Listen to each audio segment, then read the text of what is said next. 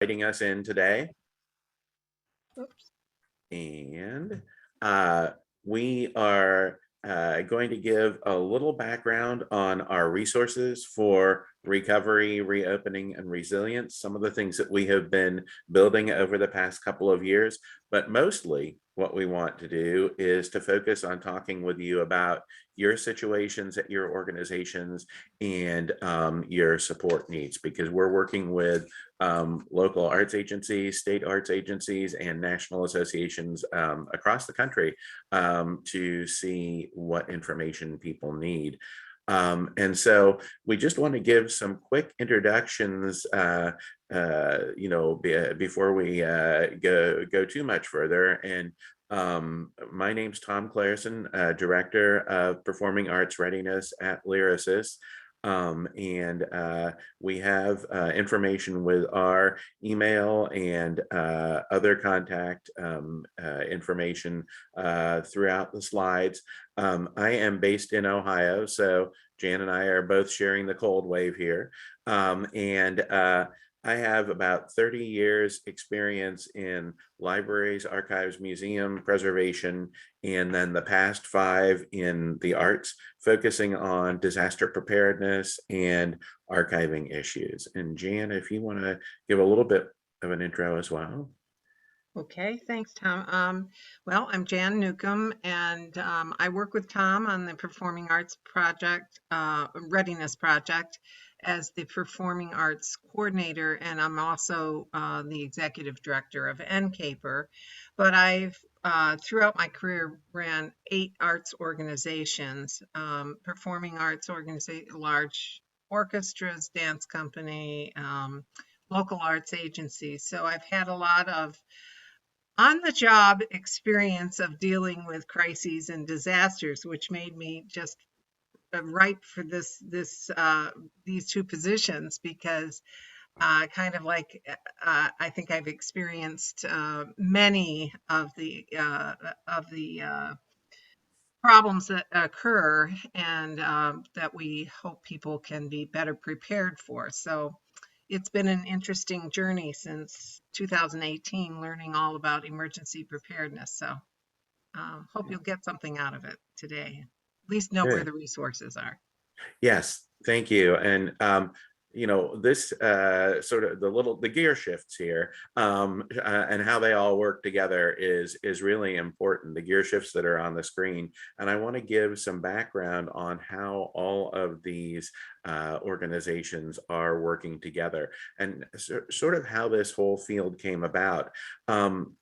Really, development of emergency preparedness by the arts and cultural heritage sector of FEMA during the response to Hurricane Katrina exposed a number of different weaknesses in how the cultural community was set up to deal with disasters, and how FEMA and other organizations were set up to be able to help us. And what this led to was a resurgence of emergency management thinking across the country.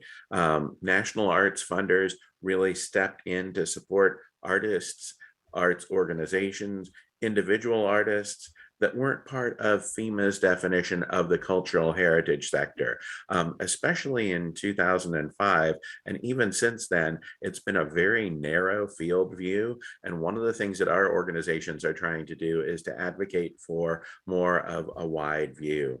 So one of the major funders was the Andrew W. Mellon Foundation that supported Arts Ready, supported NCAPER, Jan's organization, Surf Plus, which I'll talk about, and now Performing Arts Readiness. And what we try to do through these organizations is really work together to make a bunch of resources available, to inform, to train, provide funding, advocate for the entire arts sector to plan and prepare for emergencies and disasters. So these had been in the past, and really we're coming together more and more each year. In the past, they had been really disparate efforts, but we're now working together to reduce overlap and find synergies and find ways that we can help as many arts organizations and individual artists as possible. So in a minute or two, I'll be talking a little bit more about performing arts readiness and the fact that we provide a wide variety of training, webinar training, resources, and some grant funding for organizations to do disaster preparedness work. Jan's organization, NCAPER, is really an advocacy and networking group. And you'll be, I think, really interested to see how wide the umbrella of that organization, NCAPER, really goes and how many types of organizations it works with. Arts Ready, which is a service from South Arts, one of the largest regional arts coordination groups, provides planning tools and resources. And at the end of the presentation here, we're going to talk about not just the old Arts Ready, but we're going to talk about a new 2.0 version that's coming out in the next month or two to let people do some disaster planning with an automated tool. And sort of coming out of all of these gears, we have Surf Plus. That used to stand for the Craft Emergency Relief Fund, but now they have become much more than just a fund. They have an emergency person on their staff who is working with, everyone from places that have been hit by hurricanes to we are working with some groups in Hoboken, New Jersey, where there was a large fire in a building where there were a number of individual artists, and we're trying to see what can happen with some insurance, what can happen with materials being able to be gotten out of the building before what looks like it may end up that the building will be demolished. So all of the groups work together, all of us talk regularly, and try to help as many organizations as we can. So I'm going to talk for just a second, starting on the next slide, about the work that we do in the Performing Arts Readiness Project. And you can see here's a slide with our steering committee. We began in 2017. I was telling Miriam that when we started out in 2017 in the spring, we were like, well, we're getting this group together. What are we going to do? And then Hurricane Harvey hit in September of 2017, and it unfortunately has been sort of a race to keep up with everything that's been going on since then. The point that Miriam made is a really good one. The idea of having to look at natural and man-made disasters, having to look at climate change and other things as well. We really talk about the idea of all hazards planning and seeing what you can do to keep your business going throughout any type of hazard. So we brought together in 2017 a number of preservation and conservation resource organizations that have been working on disaster recovery for years. So Lyrasis, which is our home organization for PAR, the Conservation Center in Philadelphia for Art and Historic Artifacts, Midwest Art Conservation Center, which is in Minneapolis, ICA, the conservation group based in Cleveland. And I want to point out in the bottom left-hand corner here, a group called NEDCC, Northeast Document Conservation Center. They're a partner of ours that we point people toward a lot because they have an online series of technical leaflets, probably about 50 or 60 technical leaflets. I don't think any of them is over 5 or 6 pages long. They're really good, very simple to digest. Online, NEDCC's website has a bad year when it gets 3 million hits. It's usually 5 or 6 million hits, and it's almost all for these technical leaflets. So if you're coming upon a question where there are some items in your organization that you think about, oh, what do I do to preserve these old photographs, these old costumes, etc., that can be a helpful group. I think the other thing that has been extremely important, and we've started to have a predominance of these types of groups on our steering committee, is working with arts service organizations. So certainly South Arts, as we've mentioned, Arts Ready. The New Jersey State Council on the Arts is a group that's really been doing a lot of work on their state level and putting some things into some of their state funding that really push people toward disaster planning. So we've been working with them as a representative state arts organization.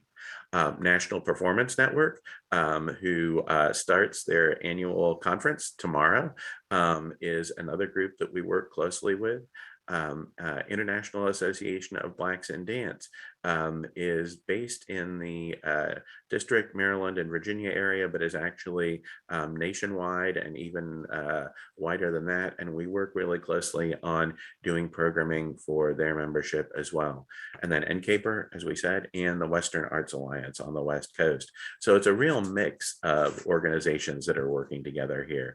And on the next slide, what we do is to try to provide a lot of different types of services. We want to reach both producing and presenting organizations. And really importantly, we want to have organizations that both have facilities and those without facilities. So if you are a traveling company, we want to give you resources that let you know what to look for and what to ask for when you go from one organization to another, traveling around and giving presentations. We provide outreach and community engagement, work with associations, state and local arts organizations. We're really glad to be working more with local arts organizations like yours. We have information resources. There is the Performing Arts Readiness website. We have Facebook, Twitter. We have about 3,500 people and organizations on a mailing list that is really busy. Our third person in our triumvirate is Steve Eberhardt, who is our social media person, and he works to get a lot of the information out there. The Circuit Rider Project. Real quickly, this is a project to provide local resources. We've had these in 10 different communities, and we have a halftime staff member of PAR in these communities who's helping to sort of survey and inventory the organizations that are in the area and help them with education, help them with information, and help them recover from disasters. Templates and tools. Jan's going to be talking a little bit more about a couple of the tools that we have. Training and conference programming. This is probably the most important thing I think that PAR offers. On our website, you'll see there are about 20 different webinars. They're free webinars. We give them live with a live instructor once every month or two, but there are also recorded versions so that you don't have to necessarily be there at 2 o'clock on a Thursday afternoon to see the presentation, but you can see it anytime from anywhere. We have disaster networks and disaster planning funding. We have 8 current networks where we're trying to bring organizations together to sort of find more safety in numbers. And the disaster planning dollars, we actually were oversubscribed for the disaster planning grants that we offer. And we have 48 organizations who are using some funding from us to develop disaster plans for the first times at their organizations. 2 special focuses, and then I will turn things over to Jan. We are working on festival safety as a really important focus of what we're doing. We have a program called the Art of Mass Gatherings, and we are looking at the idea of safety and security, sustainability, accessibility, and community engagement in festivals that people put on. The other thing is that we're working with arts administration programs and talking to the next generation of arts leaders about a lot of these issues as well. So those have been some of the special focuses during our current grant with the Mellon Foundation. And with that, I'll turn things over to Jan. Thanks, Tom. NCAPER was formed in 2006 following Hurricanes Katrina and Rita, when we realized that there were just huge gaps of disaster assistance for the art sector. And I actually have to say that it's not been until this past couple of weeks that FEMA is now adding artists and arts businesses and arts cultural workers into their wording and regulation as to whom they can assist. So we've made some progress there, but there was a huge discrepancy, and maybe only 10% of the arts sector was served by FEMA, and that was just due to the interpretation of who are the arts. So we're really prepared NCAPER really wants preparedness to be accepted as a business standard, and we coordinate and convene. You can see the member organizations in the circle. We have Actors Fund. We have Music Cares, which is the nonprofit end of Grammys, and we have, of course, PAR and Surf Plus, Americans for the Arts, National Endowment for the Arts, New York Foundation for the Arts. All these organizations that, in some way or another, are really concerned about the arts sector having a safety net as far as during, before, during, and after disasters. So a little thing about since we got funding in 2018 from NCAPER got funding from the Mellon Foundation, I was hired. We kind of went from an organization that kind of talked and did white papers and things like that to really actually having a website and having publishing more resources. And one thing I would point out is the arts field guide on the right there to federal disaster relief. It's kind of a pathway to assistance, whether you're an individual or an organization, and it kind of demystifies the government speak or government read, which is very confusing. And if you're under stress, if you're boiling water, etc., you don't need all that kind of gobbledygook to get through. So this has been a really I will say I sent 2 boxes of these to Western Kentucky after the tornadoes, and they have just been so excited to have things. And it also gives information like, who knew the Department of Agriculture has assistance? I mean, there are other federal agencies. So this you can find on the website and Caper, and you can also,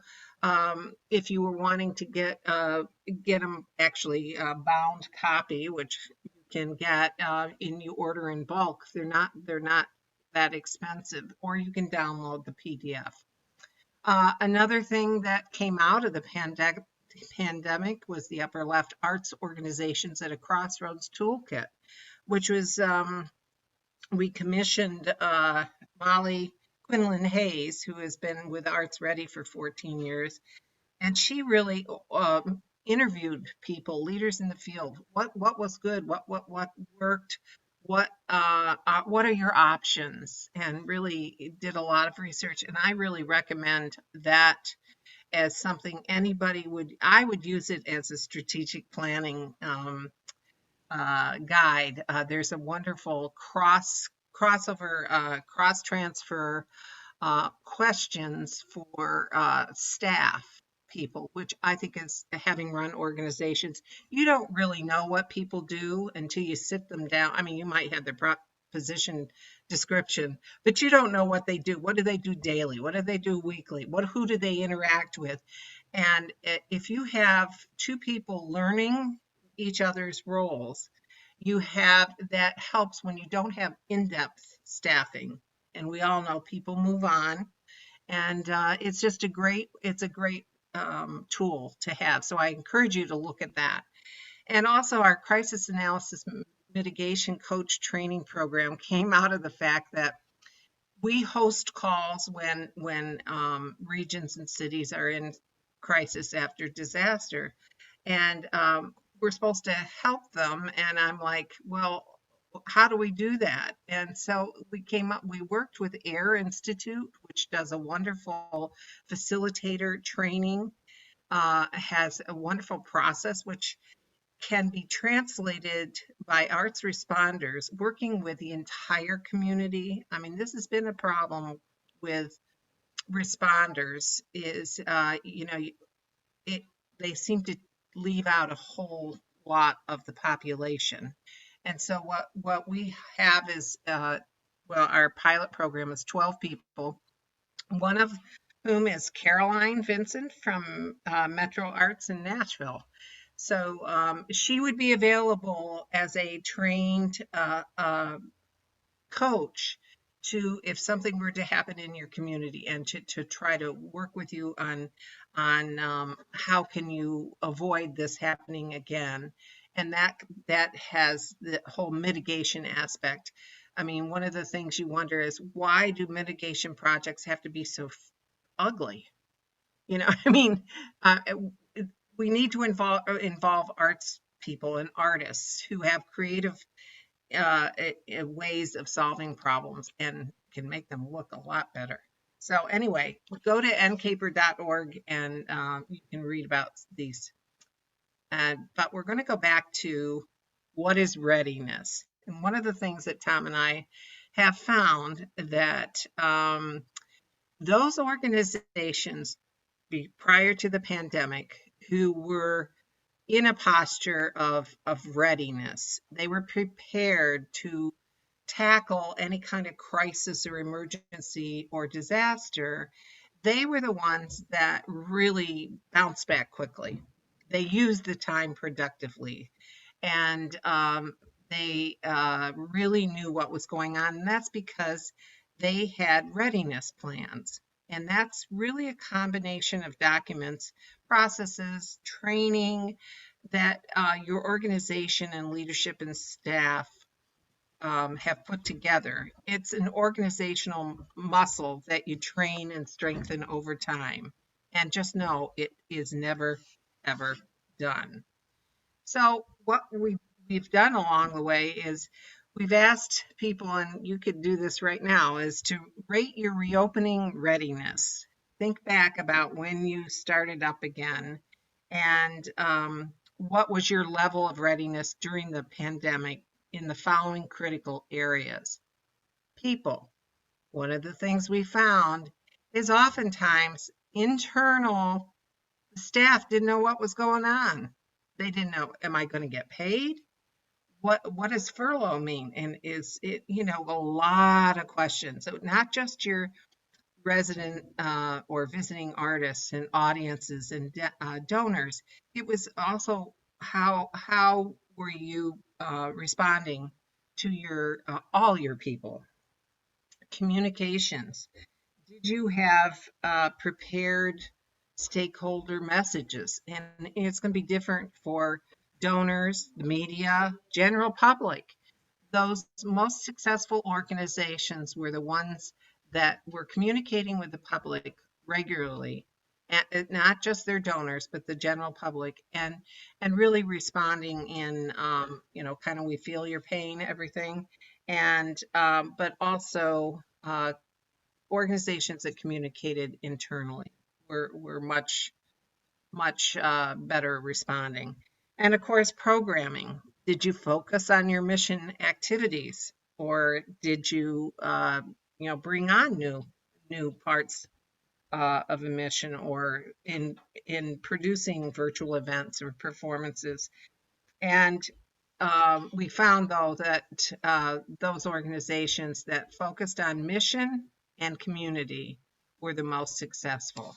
So I'm going to hand this back to Tom to talk about other things to consider.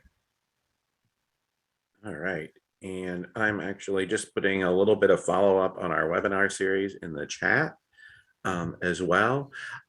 So when you're working on your disaster planning and when you're working on your reopening planning, there are about 8 areas that we have been talking with everyone to really start considering. And I think the first 2 there, staff and performers, and visual artists as well. thinking about how can you best work with the most important resources that you have, both permanently, who are there on your staff, and the people who are coming in to give performances or show their work. One of the things that we have done is started to really focus on information from Surf Plus that works with the craft organizations, but also groups like Whippoorwill Arts, who have put together a guide for performing artists traveling around and what they can look for when they are doing performances and what kind of safety activities they should look for. Rehearsal and performance spaces, trying to make sure that people can stay safe and stay healthy in all of those areas is important as well. And we have seen so many places that have changed the performance spaces or the rehearsals that they've had during the pandemic. Some people for their program delivery have gone to all virtual for that, but others are putting on performances. And what do you need to think about for your heating, ventilation, and air conditioning? What do you have to think about for spacing, spaces between performers? These are all things that we looked at in 2021 that we're looking at again, unfortunately, in 2022. So we need to look at that. I think that one of the most important things that we need to look at is our finances, to make sure that we feel we can move forward with the finances that we have and with the projected finances that we have. And I'm going to give another pitch for one of the things that Jan was talking about, that Organizations at a Crossroads workbook, because it really looks at, is there a point where you should consider merging some services or merging some activities with another organization in order to find financial benefit? So, that is important to look at. What kind of technology are you able to use? And because so many of us are remote, certainly we're looking at Zoom meetings, Zoom performances, but what other types of technological uses are you going to have for program delivery or just your day-to-day activities? Looking at reopening and restarting, many of you did that in the summer or the early fall. I know many organizations that I talk with are on hiatus now until the spring, but some of you have started your seasons and are continuing on with them. Are there special things that you're doing to focus on the restart of your activities? And then the last thing here, which goes along with exactly with what Jan was saying about mission and other areas, are maintaining your brand, your momentum, and your community is really important. I think that is one of the things that might get lost in some of the discussions on some of the other tactical areas, some of the other logistical areas.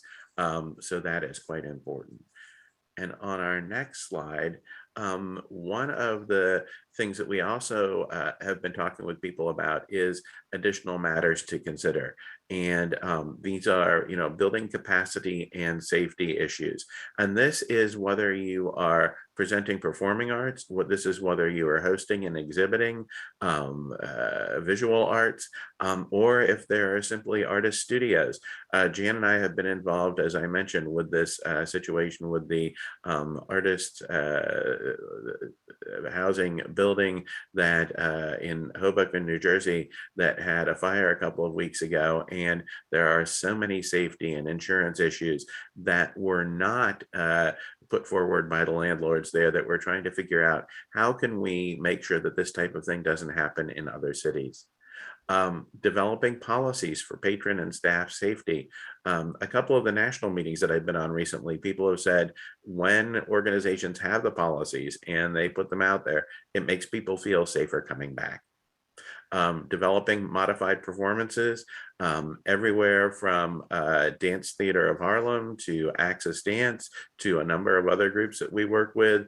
Their modified performances have been as popular or had more sets of eyes on them than their in-person performances in the past. So can these modified performances be another way to reach more people? And then the other thing that we have been suggesting that I've been helping people write disaster plans for years, and I had certainly, oh, call, your police, fire, EMS, etc. But I didn't have call your public health department. And now the public health department has become somebody that we check with constantly. So including them in your plan is important. The Duluth Playhouse in Minnesota worked with their public health department, and they were able to, in the summer of spring and summer of 2021, get ready to run camps, run summer performances, and they started some of that in late 2020 and all the way through 2021 because they worked with specialists in those areas. So those are some considerations. Those are some things that I'd like to make sure that we talk about with you. Jan's going to talk about one final thing, and then we are going to move on to the most important aspect of things, which is talking about the questions that you have. All right. This is, if not the most important thing you get out of today, I don't know, Matt, know what would be, but in March 2022, we will be launching an updated intuitive tool for emergency preparedness planning. Those of you who have been members of Arts Ready had ways of doing, and I don't think it was online though. You could do your own readiness plans with their help. But D-Plan was also something that museums and libraries, most of them have used D-Plan. Now we've combined these things, and it's customized. We have customized plan elements that are really designed for arts organizations of any size, discipline, um, whatever. And there's a mobile app for incident management. All this is, there's a free version and there's a version that's $59 a year, which is, I mean, something any organization can afford. So, but until that comes out, we also have our pocket response resource. And I put on the nedcc.org/D-plan where you can find this. And the neat thing about this is you can actually fill it in. You can't, obviously, you can't read all this. You fill in the information that's pertinent to your organization and your community. And it's as far as, phone trees and things like that. And it can be run off on an 8.5 by 11 front and back, because we have the back here. And you can fold, tells you how to fold it up, and it goes into your pocket or your purse. So the neat thing about that is that this is your first, it's certainly not your emergency plan, but it is numbers and people to call and what do you do when something happens that affects your whole operation or your community.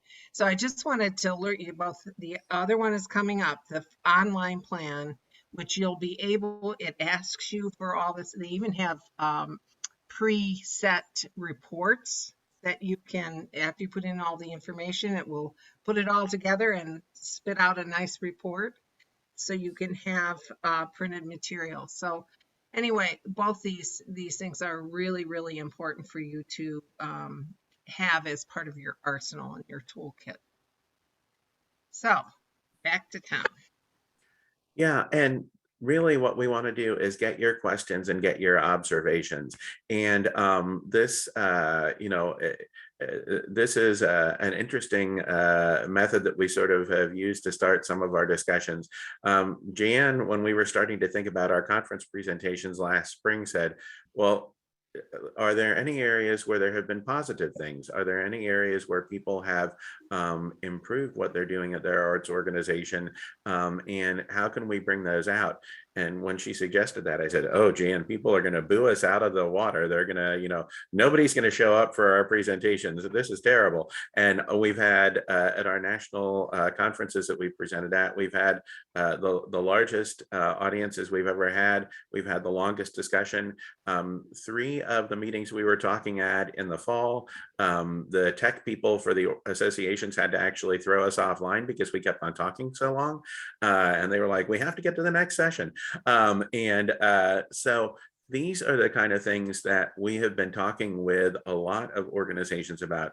Are there new opportunities? Are there relief resources? But I think with all these questions, we also wanted to see what general questions any of you had at this point, both about what we've talked about this morning, but related to these questions, related to questions that are coming up at your organization. So, whether you put something in chat or whether you want to, unmute and we can talk through some of the questions you have, we definitely want to take some time to do that. And you can always write to us. Yes, That's what we're here for. definitely. Should I unshare now? Can't see. Sure. Yeah, I think you can go ahead and take that off screen. What general questions do you all have? Joy. So I'm with Scenic City Clay Arts. We have a ceramic studio that is, we have regular like open studio hours, and something that's come up that is in line with this, but more of like a day-to-day reactionary thing is weather, closing for weather. We try to stay open so we don't follow like the school system, because they close at the drop of a hat nowadays, and we're just not going to do that. We're going to try to stay open for our community. So we just a couple weeks ago came up with like a kind of a staff communication plan for how we're going to decide to close, when we're going to close. But I don't know, it's just something that we hadn't thought at all about until a few weeks ago. It was always just like a one-off thing, but now it seems to be happening so often. And I've been a little concerned about like liability with my staff, or even with members that choose to come in when we're open, but the weather's bad. Just that whole big picture, but the small daily decision making of it. Well, that's a great idea to do. You're probably going to wonder how you ever got along without it before. But make sure you bring your staff together and say, okay, what worked, what didn't work. Part of the whole planning process is to go over and debrief. How did this work? And I would do it after, if not every time you go through it, but if you have it pretty regular, because you're going to have other weather incidents, but you might also go beyond that, when other disasters, crises, whatever. But good start. Yeah, definitely. And I think, Joy, it sounds like you've been putting this into action. And if you have an opportunity to document it and have sort of a documented policy, something that might go with a couple of refinements on your website, or a handout that might go home with people after the end of their session, just so everybody is aware of what you're thinking, I think is a good way to do it. And I don't want to complicate things much, but if you do want to look at, if you're in a building situation where either you own the building or you have a landlord, just checking with them about that, and making sure that in some ways you're on a parallel track with them as well. All right, Miriam and I are laughing because we're actually in the arts building with Arts Build. So very good. Yay, good. Okay. So a relatively nice landlord versus somebody you might otherwise get. But when you're dealing with children too, you also have to have really that strict guidelines. Okay. Good. Other questions?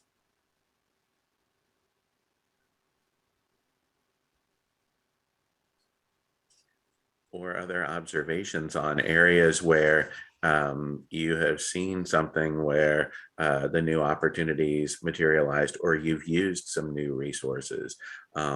Just thinking about those as areas of discussion would be good to think about as well. Yeah, I'll share something that we've done recently here at Arts Build. We all were asked by our president to take a look at our job descriptions and update them essentially. And Jan, I know you had mentioned that at the beginning, as far as like, obviously, for example, for me, when I was hired for my position versus like what I actually do now has Versus what it changed. And says. yeah. So that's something really important to think about. And as far as cross training, so I'm actually in the process of leaving Arts Build, and so we're lucky in that Felina, who's on this call, is a consultant that we're working with that's going to be helping us with the transition. But really, a lot of the work that we do on an individual basis is not, we're not cross trained internally. For It's not example, documented. You have so much to do. And believe me, having run so many organizations, I used to call it the drop dead book, where everybody had to, all right, if you were to not make it into the office for no reason of your own, what are we going to miss? And, it was funny, some of the responses we get, but also you realize things that you think are intuitive are not. yeah. And one thing Felina actually asked me, she was like, "Oh, do you guys have a standard operating procedures?" And I was like, "No, we don't."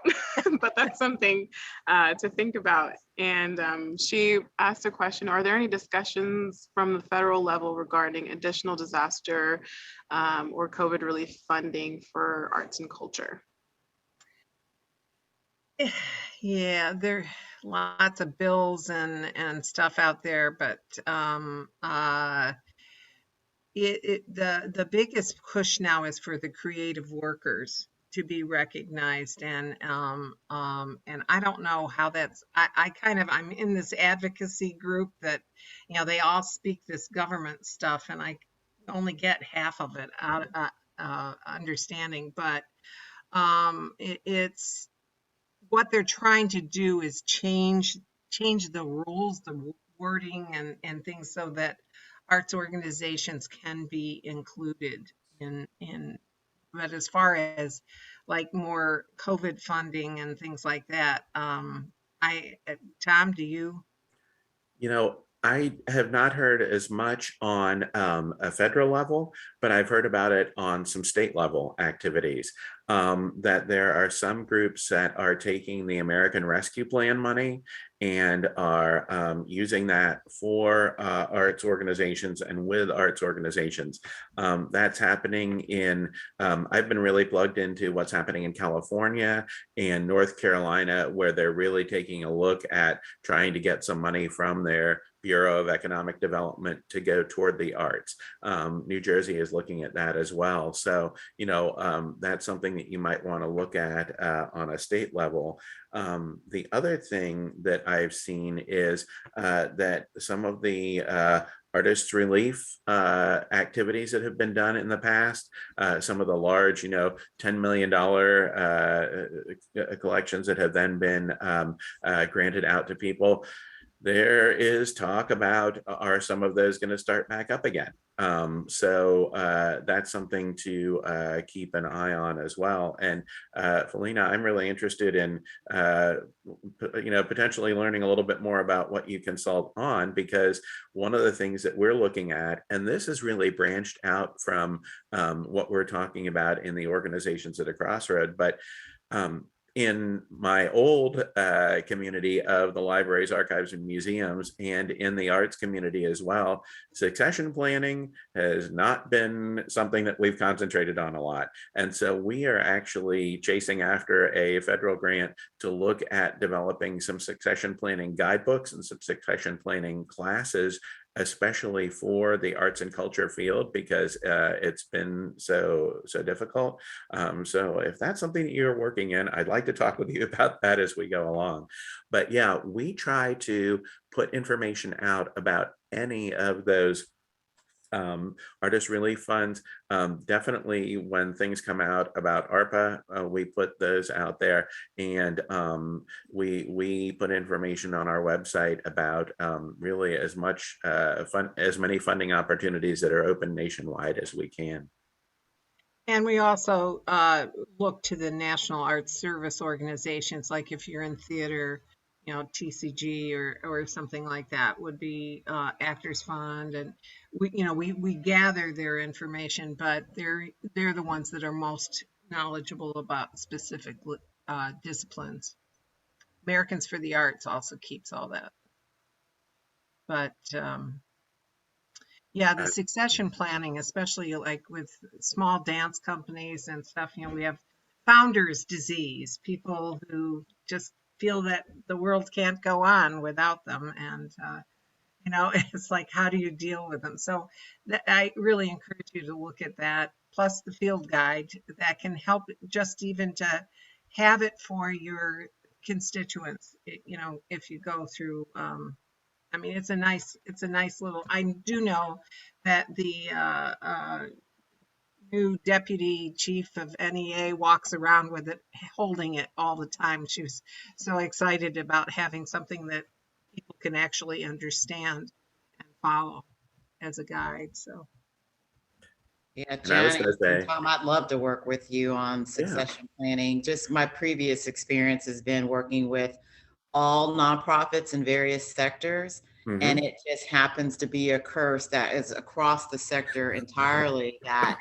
whether you're an environmental issue yeah, nonprofit or arts related, no one wants to discuss succession planning yeah, either at the board level or yeah, that executive director. I say no when that's not fair. There are some really great case studies yeah, that I've ran across that they've done an yeah. exceptional job with streamlining their succession planning. But that could be something, Tom, that we could leverage, not just with arts and culture, but again, Mhm. nonprofits across the board, and hmm leverage the resource to make something like that happen. So I'd love yeah. to follow up with you on that. Good, good. Great. Yeah. And yeah, that's an area that I've been interested in. And I've actually got one of these preservation and conservation organizations that says we're seeing this happen with museum directors. We're seeing it happen with the people who are in charge of conservation and preservation, leaving to go out on their own. And then they leave a department that they started and ran for 20 years. So that has been interesting to see. In the chat, there's been, first of all, I love the idea of hit by the beer truck. That's better than getting hit by a bus or anything like that. We'd And be winning the lottery the is the wine next level, right? barrel, but that's all But right.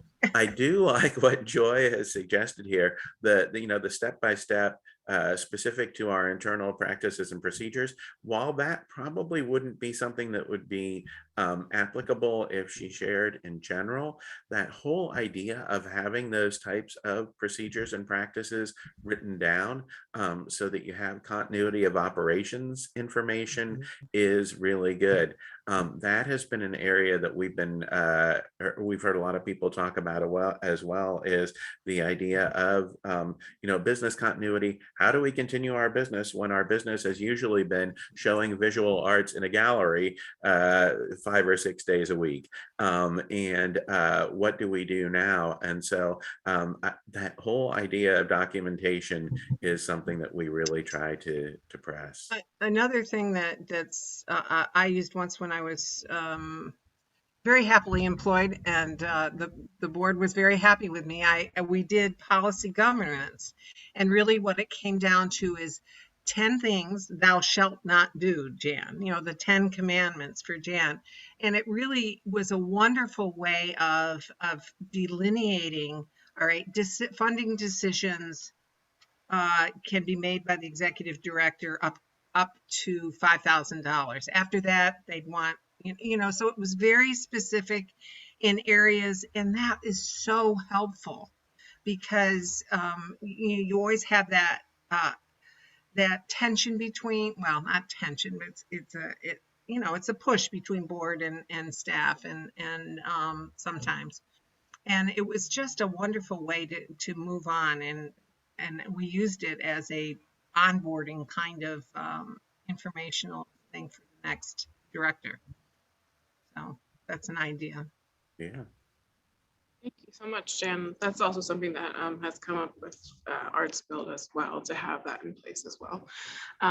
Well, I would like to thank you both for joining us today and providing us with a really great overview and lots of the resources that you guys have shared. I will send a follow-up email with both of your contact information Okay. and links to all of the things that you mentioned in your presentation as well as the recording. We are going to be putting this on our YouTube page, so feel free to share this with anyone in your staff or organizations. And yeah, we look forward to seeing you guys next month. We are going to be shifting to focusing on arts advocacy for the next quarter.